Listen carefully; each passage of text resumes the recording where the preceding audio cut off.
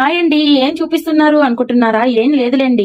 ఈ రోజైతే నేను దశావతార దోశకైతే ప్రిపేర్ చేసేసుకుంటున్నాను. దశావతార దోశల అవునండి, 10 రకాల ఐటమ్లతోనైతే దోశ అయితే వేసేసుకుంటున్నా.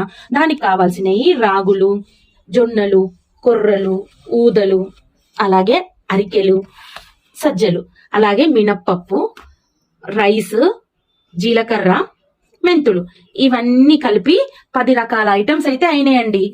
అన్ని ఒక్కొక్క కప్పు తీసుకున్నా. ఒక బియ్యం మాత్రం 2 కప్స్ తీసుకున్నా. ఇవన్నీ కలిపి 1 కప్పు. ఒక రైస్ మాత్రం 2 కప్స్. ఇవి మన జీలకర్ర, మెంతులు ఒక్కొక్క హాఫ్ టీ స్పూన్ అయితే వేసేసుకున్నా, కొంచెం డైజెషన్ కావడానికి.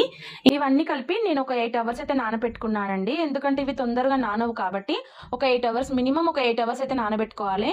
మనం ఎర్లీ మార్నింగ్ నానబెట్టుకుని ఈవినింగ్ వేసి మార్నింగ్ మళ్ళీ నెక్స్ట్ డే మార్నింగ్ దోశలు వేసుకుంటే చాలా బాగుండే టేస్ట్.